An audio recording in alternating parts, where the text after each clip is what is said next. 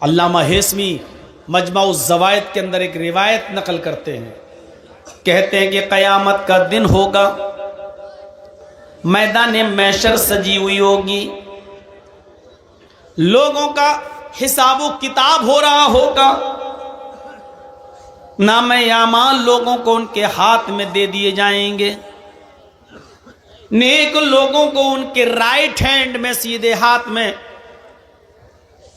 اور بدکاروں کو، برے کا عمل کرنے والوں کو ان کے لیفٹ ہینڈ میں یعنی ان کے الٹے ہاتھ میں نام اعمال دے دیے جائیں گے۔ کچھ لوگ کھڑے ہوں گے، ابھی ان کو نام اعمال نہیں ملے ہوں گے، یہ تہجد گزار ہوں گے، نمازیں ان کی کبھی نہیں چھوٹی ہوں گی، فجر کی نماز بھی ان کی کبھی ترک نہیں ہوئی ہوگی، اذان سے پہلے یہ مسجد میں پہنچنے والے لوگ ہوں گے، حاجی ہوں گے، نمازی ہوں گے، مولوی ہوں گے، ابھی ان کو ان کے ہاتھ میں نام اعمال نہیں ملا ہوگا، لیکن ان کو امید ہوگی ہم نے تو بڑی نمازیں پڑھی ہیں، بڑے روزے رکھے ہیں، بڑی عبادتیں کی ہیں، فرشتہ جب مجھے میرے ہاتھ میں نام اعمال دے گا تو داہنے ہاتھ میں نام اعمال دے گا،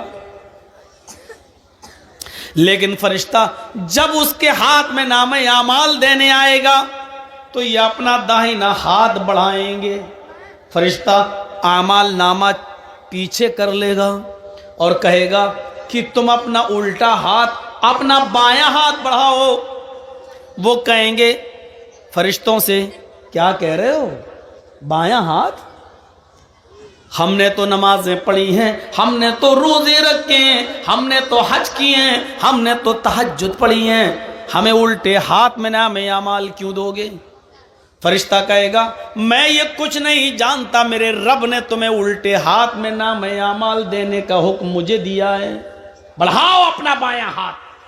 یہ نمازی، یہ روزدار، یہ تہجد گزار، یہ حافظ، یہ مولوی، یہ حاجی مجبور ہو کر اپنا بایاں ہاتھ بڑھائے گا اور اس کو اس کے الٹے ہاتھ میں نام اعمال دے دیا جائے گا۔ اب یہ بائیں ہاتھ میں نام اعمال پڑھے گا، کھولے گا، دیکھے گا یہ برائی، یہ برائی، یہ برائی، یہ برائی، یہ برائی، ہر ورق پنہ الٹتا جائے گا، پیج الٹتا جائے گا، اس میں برائیاں ہی برائیاں لکھی ہوں گی، اس کی ایک بھی نماز کا ذکر نہیں، ایک بھی روزے کا ذکر نہیں، ایک بھی حج کا ذکر نہیں، ایک بھی تہجد کا ذکر نہیں۔ وہ یہ دیکھے گا، اپنا نام اعمال اٹھا کر بند کر دے گا، چیخے گا اور چلائے گا این حسناتی یا رب العالمین، اے اللہ اس میں تو میرے گناہ ہی گناہ لکھے ہیں، ہمارے نام اعمال میں تو برائیاں ہی برائیاں لکھی ہوئی ہیں، ہم نے جو نمازیں پڑھی تھی وہ کہاں چلی گئیں، ہم نے جو روزے رکھے تھے وہ کہاں چلے گئے، ہم نے جو حج کیا تھا وہ کہاں چلا گیا، ہم نے جو تہجد پڑھی تھی وہ کہاں چلا گیا، ہم نے جو صدقہ اور خیرات کیا تھا مسجدوں میں اور مدرسوں میں جو ہم نے چندہ دیا تھا، یہ نیکیاں کہاں چلی گئیں؟ این حسناتی یا رب العالمین، اے اللہ میری نیکیوں کا کیا ہوا، میری نیکیاں کہاں چلی گئیں؟ آواز آئے گی غیب سے، او میرے بندے تیری غیبت نے، تیری چغلی نے، تیرے حسد نے، تیرے کینے نے، ایک مسلمان کے خلاف تیرے دل میں جو نفرت تھی، اس نفرت نے، اس حسد نے، اس غیبت نے، چغلی نے تیری نیکیوں کو برباد کر دیا، تیری نیکیوں کو ختم کر دیا، اب تیرے نام اعمال میں نیکیاں نام کی کوئی چیز نہیں رہی، تو اپنے مسلمان بھائی سے جلا کرتا تھا، حسد کیا کرتا تھا، اس کو پریشان کیا کرتا تھا، اس کے خلاف شڑینتر رچا کرتا تھا، پیٹھ کے پیچھے اس کی غیبت کیا کرتا تھا، تیری غیبت نے، چغلی نے، حسد نے، کینے نے، بغض نے، عناد نے تیری دشمنی کو ختم، تیری نیکیوں کو ختم کر دیا ہے، اب ہمارے پاس تیرے نام اعمال میں سوائے گناہوں کے اور کوئی چیز نہیں۔ یہ غیبت، یہ چغلی، یہ حسد، یہ کینہ، یہ بغض، یہ عناد، یہ دشمنی، ایک دوسرے سے یہ نفرت اتنی بری چیز ہے کہ یہ ہماری نمازوں کو ختم کر دیتی ہے، ہمارے روزے کو برباد کر دیتی ہے، ہماری عبادتوں کو چوپٹ کر دیتی ہے۔ ہم نماز پڑھ رہے ہیں لیکن باہر نکل کے آئے اپنے بھائی کی غیبت کرتے ہیں، یہ نماز ہماری ختم کر دی جاتی ہے، ثواب سے ہمیں محروم کر دیا جاتا ہے۔ ایمانداری کے ساتھ بتائیے ہمارے سماج میں یہ برائی چل رہی ہے کہ نہیں چل رہی ہے؟ یہ عام ہو چکا ہے یا نہیں ہو چکا ہے؟ قرآن پڑھیے، انما المؤمنون اخوہ فاصلحوا بین اخویکم، یہ دو چیزیں ہو گئی۔ پہلے تو اللہ نے کہا انما المؤمنون اخوہ، سب مسلمان مومن آپس میں بھائی ہیں، پہلے ایک رشتہ جوڑا، پہلے اہمیت بتائی۔ دیکھو ایک مسلمان کو دوسرے مسلمان کی عزت اسی طرح کرنا چاہیے جس طرح وہ اپنے بھائی کی کرتا۔ کوئی اگر اس کے بھائی کو گالی دے دے تو اس کو برداشت نہیں ہوتا ہے، ایسے ہی اگر کوئی کسی مسلمان کو ستائے تو اس کو برداشت نہیں ہونا چاہیے، اس کو اپنے بھائی کی طرح سمجھنا چاہیے۔ پہلے ایک رشتہ جوڑا، انما المؤمنون اخوہ، دنیا کے اندر جہاں بھی مسلمان ہے وہ تمہارا بھائی ہے۔ اور پھر دوسری چیز بتائی فَأَصْلِحُوا بَيْنَ أَخَوَيْكُمْ، جب تمہارے دو بھائیوں کے درمیان کسی بات کو لے کر تنازع ہو جائے، جھگڑا ہو جائے، اختلاف ہو جائے، کسی بات کو لے کر من مٹاؤ ہو جائے، کسی بات کو لے کر ان دونوں کے درمیان جدائی ہو جائے، تو یہ گاؤں والوں کی ذمہ داری ہے، یہ سماج کی ذمہ داری ہے، یہ پوری قوم کی ذمہ داری ہے کہ ان دو مسلمان بھائیوں کے درمیان اس لڑائی کو زیادہ دنوں تک نہ رہنے دیں، بلکہ پورا سماج مل کر ان دونوں کو ملا دے۔ فَأَصْلِحُوا بَيْنَ أَخَوَيْكُمْ، سماج کے لوگوں کو چاہیے کہ ان دونوں کی صلح کرا دیں، ان دونوں کو ملا دیں۔ یہ دوسری چیز ہے۔ دو چیزوں پر غور کریے گا آج کی تقریر میں، بس پہلی چیز سب بھائی ہیں، اور دوسری چیز دو بھائیوں کے درمیان، دو مسلمانوں کے درمیان، صرف دو، یہاں تو پورا خاندان، پورے خاندان سے دشمنی مول لیے ہوئے، صرف دو مسلمانوں کے درمیان اگر گاؤں میں کوئی لڑائی ہے آپس میں کسی بات کو لے کر، اور آپ کو معلوم ہے کہ یہ دونوں ایک سال سے نہیں بول رہے ہیں، 2 سال سے نہیں، تو یہ پورا سماج گناہ گار ہوگا، پورا گاؤں گناہ گار ہوگا۔ پورے گاؤں کی اور پورے سماج کی ذمہ داری یہ بنتی ہے کہ ان دونوں کے درمیان صلح کرا دیں۔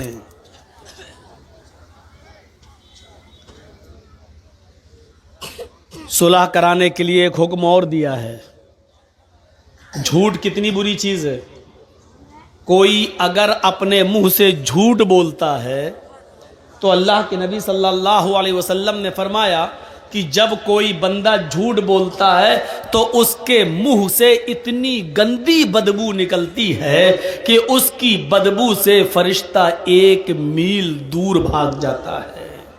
یہاں سے آپ اندازہ لگا سکتے ہیں کہ جھوٹ کتنی بری چیز ہے۔ ایک حدیث میں آتا ہے کہ اللہ کے نبی سے کسی صحابی نے پوچھا، اے اللہ کے رسول کیا مومن بزدل ہو سکتا ہے؟ اللہ کے نبی نے کہا ہاں ہو سکتا ہے۔ دوسرا سوال کیا، اے اللہ کے نبی کیا مومن بخیل ہو سکتا ہے، کنجوس؟ آپ نے کہا ہاں ہو سکتا ہے، اس نے پیسہ زیادہ کما لیا ہو اور اللہ کی راہ میں زیادہ خرچ نہ کرے، کنجوس ہو سکتا ہے، بخیل ہو سکتا ہے، مال و دولت کی محبت اس کے دل میں آ سکتی ہے، ہو سکتا ہے۔ مومن بخیل بھی ہو سکتا ہے، مال و دولت کی محبت اس کو آ سکتی ہے، بزدل بھی ہو سکتا ہے، بخیل بھی ہو سکتا ہے۔ پھر پوچھنے والے نے پوچھا، اے اللہ کے رسول کیا مومن جھوٹا بھی ہو سکتا ہے، کیا جھوٹ بھی بول سکتا ہے؟ تو اللہ کے رسول نے کلیئر کر دیا، فرمایا واللہ المومن لا یکذب، اللہ کی قسم جھوٹ بولتا ہو وہ مومن ہو ہی نہیں سکتا۔ مومن اور جھوٹ، مسلمان اور جھوٹ، یہ دو الگ الگ چیزیں ہیں۔ مسلمان اور جھوٹ نہیں، مسلمان میں بزدلی آ سکتی ہے، میدان جنگ میں لڑ رہا ہے، کافروں سے لڑ رہا ہے، دیکھا یہ بہت زیادہ بھاری پڑ رہے ہیں، نہیں ہمیں مار ڈالیں گے، پیڑ پھیری چپ چاپ سے بھاگ گئے میدان چھوڑ کر، حالانکہ یہ بھی گناہ ہے، نہیں بھاگنا ہے میدان جنگ میں، جنگ میں سے، چاہے موت ہی آ جائے، لیکن پیٹھ دکھا کے نہیں بھاگنا، یہ بھی گناہ ہے، لیکن اللہ کے رسول نے کہا اس کی وجہ سے آپ کو ایمان سے نکالا نہیں جائے گا، گناہ ہے لیکن مومن رہو گے، اس کا گناہ تمہیں پڑے گا۔ مال و دولت کی محبت ہے، صاحب آپ نے 1000 کمایا، دے دو نا 100 روپے مدرسے کو، نہیں صاحب 50 لے لو، نہیں، بخیلی آ سکتی ہے، مال و دولت کی محبت آپ کو گھر کر سکتی ہے، لیکن اس کی وجہ سے آپ کو ایمان سے خارج نہیں کیا جا سکتا ہے، آپ مومن رہیں گے۔ لیکن پھر پوچھا کیا مومن جھوٹا بھی ہو سکتا ہے؟ تو اللہ کے رسول چونک گئے اور یک بیک بولے، بیک وقت نہیں، مومن کے اندر جھوٹ کی صفت پیدا نہیں ہو سکتی، جو جھوٹ بولے وہ مومن نہیں۔ لیکن یہاں اللہ کے نبی کیا کہہ رہے ہیں؟ اگر 2 مسلمان آپس میں لڑ جائیں اور ان دونوں میں 3 دن سے زیادہ نفرت بھر جائے، 3 دن سے زیادہ وہ گفتگو نہیں کر رہے ہوں، تو سماج محلے کے لوگوں کو چاہیے کہ ان میں صلح کرائی جائے۔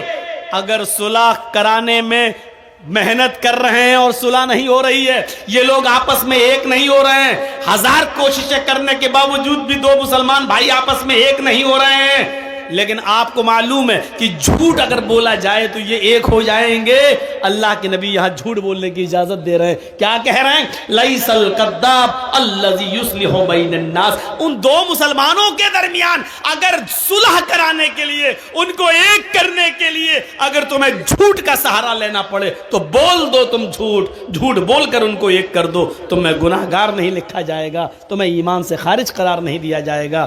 یعنی 2 مسلمانوں کو ایک کرنے کے لیے جھوٹ بولنے کی اجازت دے دی گئی۔ اسی طریقے سے اگر کسی کی بیوی ناراض ہو اور من نہ رہی ہو تو شوہر اپنی بیوی کو منانے کے لیے بھی جھوٹ بول سکتا ہے، لیکن اتنا بڑا جھوٹ مت بولنا کہ پکڑ جائے۔ ہائے اتنی محبت کرتا ہوں، تم کہو تو چاند توڑ کے لائیں۔ ابے 1 میل تو اوپر جا نہیں سکتا، تو 2,40,000 میل کی اونچائی پہ جا کے چاند توڑ کے لائے گا؟ تو اتنا بڑا بھی جھوٹ مت بولنا کہ بیوی کو یقینی نہ آئے۔ ہلکا پھلکا جھوٹ جس سے وہ مان جائے شوہر بول سکتا ہے، اجازت ہے، اس کے علاوہ اور کہیں نہیں۔ تو میرے بھائیوں آپ اندازہ لگائیے کہ ایک مسلمان کا دوسرے مسلمان کے ساتھ کیا معاملہ ہے، کہ اگر جھوٹ بول کر بھی ان دونوں کو ایک کیا جا سکتا ہے تو کر دو۔ اس سے اندازہ لگا سکتے ہیں کہ جھوٹ جو اتنا برا ہو کہ بولنے والے کے منہ کی بدبو سے فرشتے 1 میل دور بھاگ جاتے ہوں، اور یہاں اجازت دے رہے ہیں اللہ کے رسول، اگر ان دونوں کو ایک کرنے کے لیے جھوٹ کا سہارا لینا پڑ رہا تو لے لو۔ انما المؤمنون اخوہ، سارے مسلمان آپس میں بھائی بھائی ہیں۔ بھائی کا مطلب جانتے ہو؟ ٹرین میں آپ سفر کریے، کتنی جلدی دوستی ہو جاتی ہے۔ جرجی صاحب دلی سے بیٹھے کلکتہ آ رہے ہیں، ٹرین میں بیٹھے ہوئے ہیں، میری سیٹ ادھر ہے، میری سیٹ کے سامنے ایک اور مسلمان بھائی بیٹھا، ایک مثال دے رہا ہوں، پوچھنا نہیں کب کا واقعہ ہے، ایک مثال دے رہا ہوں، سامنے ایک اور مسلمان بھائی بیٹھا ہوا ہے، ہم اس کو نہیں جانتے، وہ ہمیں نہیں جانتا، میں نے اس کو دیکھا لگ رہا مسلمان، اس نے ہم کو دیکھا ہاں یہ بھی مسلمان، السلام علیکم وعلیکم السلام، اچھا ماشاء اللہ، کہاں جا رہے ہو؟ کلکتہ۔ کولکاتہ؟ اچھا، میں نے پوچھا اچھا بھائی آپ کہاں جا رہے ہیں؟ کولکاتہ، میں بھی وہی جا رہا ہوں کلکتہ۔ تھوڑی اور ہمدردی بڑھ گئی۔ اچھا آپ کا نام کیا ہے؟ جی میرا نام محمد اسلم۔ آپ کا نام کیا ہے؟ میرا نام محمد جرجیس۔ ماشاء اللہ، اور تھوڑی قربت بڑھ گئی۔ دھیرے دھیرے دھیرے دھیرے اسی ٹرین میں ابھی 24 گھنٹے کا سفر ہے، 2-4 گھنٹے میں ہی اتنی محبت بڑھ گئی کہ آپ چائے خرید رہے ہیں تو 1 نہیں 2، ایک مجھے پلا رہے ہیں، ایک آپ، میں کوئی چیز خرید رہا ہوں تو آپ کو دے رہا ہوں، ایک آپ ایک میں، تھوڑی اور قربت بڑھی۔ اچھا کہاں جاؤ گے کولکاتہ میں؟ مڈیا برج۔ آپ کہاں جائیں گے؟ ارے صاحب میں بھی وہیں جا رہا ہوں، لیجیے، اور قربت بڑھ گئی۔ اب یہ قربت اتنی بڑھ گئی کہ میں کسی اسٹیشن پر پانی بھرنے کے لیے اترتا ہوں تو وہ آدمی میرے سامان کی دیکھ ریکھ کر رہا ہے، کیونکہ یہ ہمارا بھائی ہے، سفر کا ساتھی ہے۔ وہ کسی اسٹیشن پہ اترتا ہے تو ہم اس کا سامان دیکھ رہے ہیں۔ آپ اتنا بھروسہ ہو گیا، جب میں اترتا ہوں تو اس سے کہتا ہوں میرا سامان دیکھنا، جب وہ اترتا ہے تو مجھ سے کہہ دیتا بھائی صاحب میں اتر رہا ہوں میرا سامان دیکھنا۔ اب اس کی نہ صرف جان بلکہ اس کے مال کی حفاظت کی ذمہ داری بھی ایک دوسرے کے اوپر عائد ہو جاتی ہے۔ 15-16 گھنٹے 20 گھنٹے کے سفر میں صرف جان پہچان کی بنیاد اتنی سخت ہو جاتی ہے کہ آپ اس کی جان کے بھی محافظ ہو جاتے ہیں۔ اگر کوئی اس کو چھیڑے تو آپ اس کے لیے لڑنے لگتے ہیں، آپ کو کوئی گالی دے تو وہ آپ کا ساتھ دینے لگتا ہے۔ جب آپ اسٹیشن پہ اترتے ہیں تو آپ کے سامان کی حفاظت میں کرتا ہوں، میں اترتا ہوں تو آپ میرے سامان کی حفاظت کرتے ہیں۔ 15-16-20 گھنٹے کے سفر میں جب تم دونوں ایک دوسرے کی جان اور ایک دوسرے کے مال کے محافظ بن گئے، اللہ کے نبی کہتے ہیں یہ دنیا بھی ایک سفر ہے، ہم سب اس دنیا میں ایک مسافر کی حیثیت سے آئے ہوئے ہیں، اس دنیا میں ہم سب سفر کر رہے ہیں۔ او لوگوں، چند گھنٹوں کی ملاقات میں جب تم ایک دوسرے کی جان کے اور مال کے محافظ رکشک ہو گئے ہو تو زندگی کے سفر میں بھی ایک انسان کا، ایک مسلمان کا کی جان اور ایک مسلمان کا مال دوسرے مسلمان کی اوپر حرام ہے۔ اللہ کے رسول نے حجۃ الوداع کے موقع پر جو خطبہ دیا تھا، اس خطبے میں آپ نے یہی جملے کہے تھے، ان دماءکم واموالکم حرام علیکم کحرمت یومکم ھذا فی بلدکم ھذا فی شہرکم ھذا۔ یہ اللہ کے نبی نے فرمایا، او لوگوں، تمہارے خون اور تمہارا مال ایک دوسرے کے اوپر حرام ہے، تم ایک دوسرے کو قتل نہ کرو، ایک دوسرے کا مال ناجائز طریقے سے نہ کھاؤ۔ یہ اللہ کے رسول نے اپنے آخری خطبے کے اندر ان جملوں کو کہا تھا۔ قرآن بھی ہمیں حکم دے رہا ہے، یا ایھا الذین آمنوا لا تاکلوا اموالکم بینکم بالباطل۔ اے ایمانوں والو، اے مسلمانوں، تم آپس میں ایک دوسرے کا مال ناجائز طریقے سے مت کھاؤ۔ ناجائز طریقے سے مال کھانا سمجھتے ہو کیا ہے؟ جرجیت صاحب موبائل کے میکینک ہیں، میں موبائل سنبھالتا ہوں، آپ مسلمان ہیں، آپ ہمارے پاس آئے، صاحب مولانا صاحب، جرجیت صاحب میرا موبائل خراب ہو گیا، ذرا دیکھ لیجئے۔ تھوڑا چیک کیا، دیکھ لیا اس میں کیا کمی ہے۔ 100 روپے کا کام ہے، بس ایک چیز لائی جائے گی، 100 روپے میں پڑ جائے گی۔ اب 100 کی جگہ ہم 150 لے لیں، کوئی بات نہیں، لیکن میں نے اس کو بتا دیا صاحب اس میں تو بہت کمی ہے، اس کی تو پورا ٹچ خراب ہو گیا ہے، اس میں تو یہ کمی ہے، 800 روپے لگیں گے بھائی۔ 800 بھائی دیکھ لیجیے یار، ہم غریب آدمی ہیں، ہوتے نہیں صاحب اس میں اتنی کمیاں ہیں، اس میں اتنی پرابلم ہے، یہ ہے، یہ پڑے گا، وہ پڑے گا، لوکل نہیں ڈالتے ہم، اوریجنل ڈالتے ہیں، یہ کرتے ہیں، وہ کرتے ہیں، اور بات ہوتے ہوتے 500 روپے پہ معاملہ ٹک گیا۔ آپ کو معلوم ہے 100 روپے کی چیز پڑنا ہے، اور آپ نے اس کو 800 سے طے کرتے کرتے 500 پہ معاملے کو ڈن کر دیا۔ سنو، موبائل سنبھال کر اس کو دے دیا اور 500 روپے لے لیا۔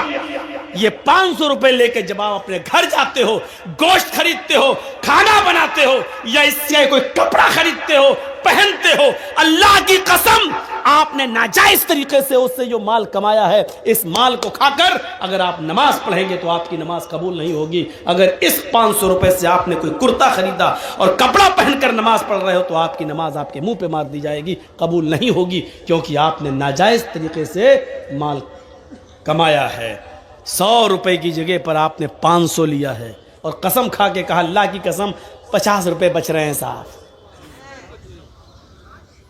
قرآن یہی ہمیں حکم دے رہا ہے، کیا کرو گے ویدوں کے منتر سن کر؟ اپنے معاشرے کے اندر، سماج کے اندر اپنی زندگی کو پہلے پاک و صاف کرو۔ یا ایھا الذین آمنوا لا تاکلوا اموالکم بینکم بالباطل۔ اے ایمان والو، تم آپس میں ایک دوسرے کا مال ناجائز طریقے سے مت کھاؤ۔ ہم مسلمان ہیں، مسلمان کا ہی مال کھا رہے ہیں ناجائز طریقے سے، ہم اسی کے لیے کنواں کھود رہے ہیں۔ پتہ نہیں شام تک کسٹمر آیا کہ نہیں آیا، اسی کو بلی کا بکرا بناؤ اور پورے دن کی کمائی اسی سے حاصل کر لو۔ اب آپ کہو گے مولانا ہم نے تو طے کر لیا، چوری تھوڑی کی ہے، اس کو بول دیا 500 لگیں گے، اس نے کہہ دیا ٹھیک ہے، ہم لوگوں نے تو طے کیا ہے۔ ہاں آپ نے طے کیا ہے، لیکن آپ نے یہ بھی تو کہا کہ 800 لگیں گے، اس میں یہ پڑے گا وہ پڑے گا۔ آپ نے اس کو کلیئر کیوں نہیں کیا؟ 100 روپے کی چیز آئے گی لیکن میں 800 لوں گا، دینا ہو تو دو، آپ کلیئر کیجئے۔ صاحب ایسے بول دیں گے تو کون آدمی ہم سے صحیح کرائے گا؟ تو آپ 100 کی جگہ 150 لے لیجئے، آپ محنت کر رہے ہیں، لیکن 100 کی جگہ آپ 500 لیں گے اور یہ کہہ کے لیں گے کہ اللہ کی قسم ہمیں 50 بچ رہے ہیں، اپنی اولاد کی قسم 50 بچ رہے ہیں، ہمیں پروفٹ نہیں ہو رہی ہے، ہم صرف لاگت ہی لاگت لے رہے ہیں، ہم آپ سے کما نہیں رہے ہیں، یہ کہہ کر آپ یہ ناجائز طریقہ ہے پیسہ کمانے کا۔ اسی طریقے سے کوئی بھی بزنس آپ کر رہے ہیں، کپڑا بیچ رہے ہیں، 100 روپے کا کپڑا 500 روپے میں آپ بیچ رہے ہیں، آپ کو معلوم ہے 500 بتائیں گے تو 300 میں بکے گا، لیکن وہ کپڑا آپ کو معلوم ہے کہ اگر 150 میں بھی بک جائے تو ہمیں فائدہ ہے، 50 روپے بچ رہے ہیں، لیکن آپ کی نیت پہلے سے یہ ہے 500 بتائیں گے 300 تک پہ ہم ڈن کر دیں گے، لینے والا لے گا۔ یہ بھی ناجائز ایک قسم ہے پیسہ کمانے کی میرے بھائیوں، اس طریقے سے نہیں۔ قاضی شریح جن کو حضرت علی نے قاضی بنایا تھا، جج بنایا تھا، ان کو ایک گھوڑا خریدنے کی ضرورت پڑی، مارکیٹ میں گھوڑا خریدنے کے لیے جاتے ہیں، اور سنو یہ بھی ایک قسم ہے ناجائز مال۔ قاضی شریح نے ایک گھوڑا خریدنا چاہا اور گھوڑا خرید رہے ہیں تو گھوڑے والے سے پوچھا گھوڑا بیچ رہے ہو؟ کہاں؟ کتنے کا؟ اس نے کہا 400 درہم کا۔ قاضی شریح نے کہا دیکھوں 400 کا ہے یا 300 کا، یہ تو چلانے کے بعد پتا چلے گا، کیا میں تمہارے گھوڑے کو چلا سکتا ہوں؟ تھوڑی دیر کے لیے میں ٹرائی کر سکتا ہوں؟ قاضی شریح گھوڑا بیچنے والے نے کہہ دیا لے لو۔ یہ ہمدردی ہمارے اندر بھی آنی چاہیے، یہی اسلام ہے۔ قاضی شریح اس گھوڑے پر بیٹھے اور اس کی لگام پکڑی اور چلا کر دیکھا، اور پھر لوٹ کر آئے ایک چکر لگا کر، کہنے لگے گھوڑے والے سچ بتاؤ کہ یہ گھوڑا تم کتنے کا دے رہے ہو؟ اس نے کہا 400 درہم کا۔ نہیں، تمہارا گھوڑا تو 400 سے بھی اوپر کا ہے، میں نے اس گھوڑے کی رفتار سے اندازہ لگایا ہے، شاید تم کسی مجبوری میں تم بیچ رہے ہو، مجھے سچ بتاؤ گھوڑے کی صحیح قیمت کیا ہے؟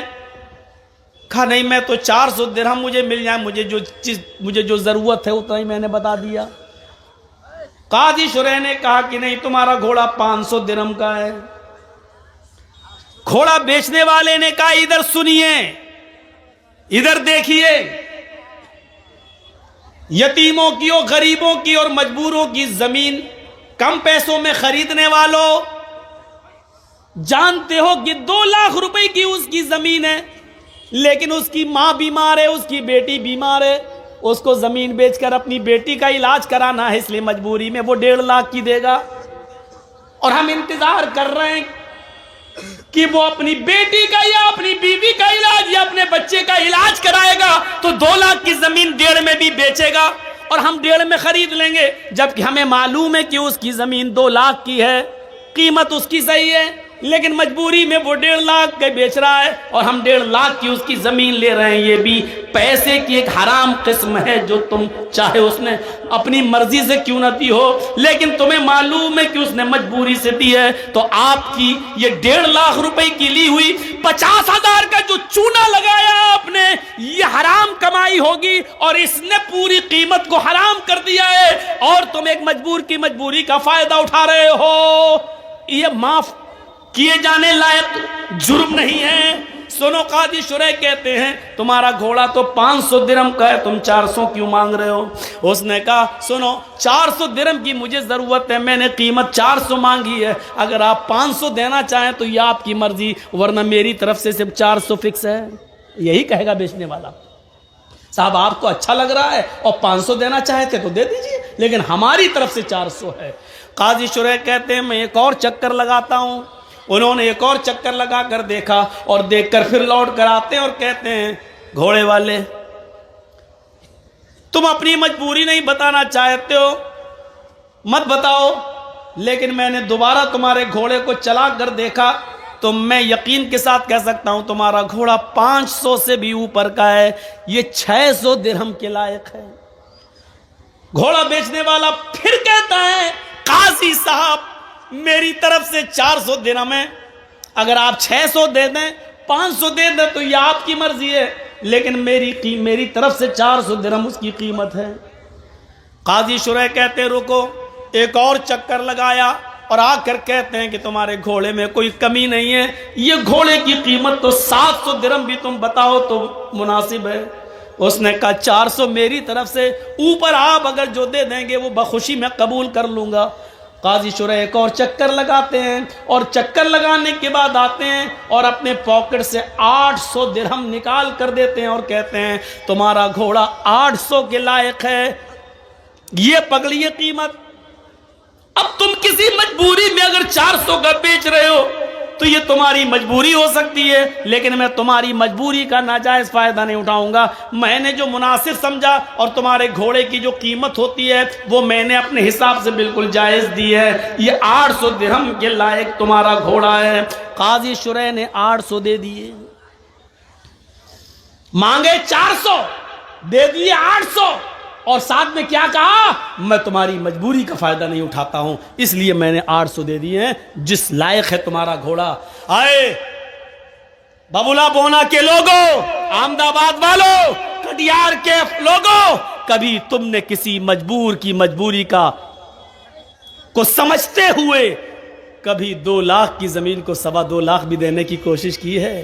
کبھی کسی غریب کی 2 لاکھ کی زمین کو 2.5 لاکھ میں بھی خریدا ہے یہ سوچ کر کہ چلو وہ اپنی بیٹی کا علاج کرا لے گا، چلو اس کی ماں کو کینسر ہے وہ اپنی ماں کا علاج کرا لے گا، ہماری زمین پڑی رہے گی، 2 کی جگہ 2.5 میں ہم بیچ لے رہے ہیں، 2-3 سال میں اس کی قیمت بڑھ جائے گی، ہم تو پھر کما لیں گے۔ کیا کبھی ہم نے کسی مجبور کی مجبوری کا فائدہ کو دیکھتے ہوئے اس کی 2 لاکھ کی زمین کو 2.5 لاکھ میں لینے کی کوشش کی ہے؟ نہیں، 2 کی زمین کو 1.5 میں تو لینے والے اس محفل میں بھی ہزاروں مل جائیں گے، سینکڑوں مل جائیں گے، بہت مل جائیں گے، لیکن 2 لاکھ کی زمین کو 2.5 لاکھ میں لینے والا ایک بھی نہیں ملے گا، اگر اٹھوایا جائے تو ایک بھی نہیں ملے گا۔ میرے بھائیوں، اسلام یہ کہتا ہے کسی کی مجبوری کا ناجائز فائدہ نہ اٹھاؤ۔ یہ ایک مسلمان کا دوسرے مسلمان کے ساتھ یہ ہمدردی ہونی چاہیے۔ چوری، ڈکیتی، یہ ساری چیزیں حرام مال کی قسم ہے۔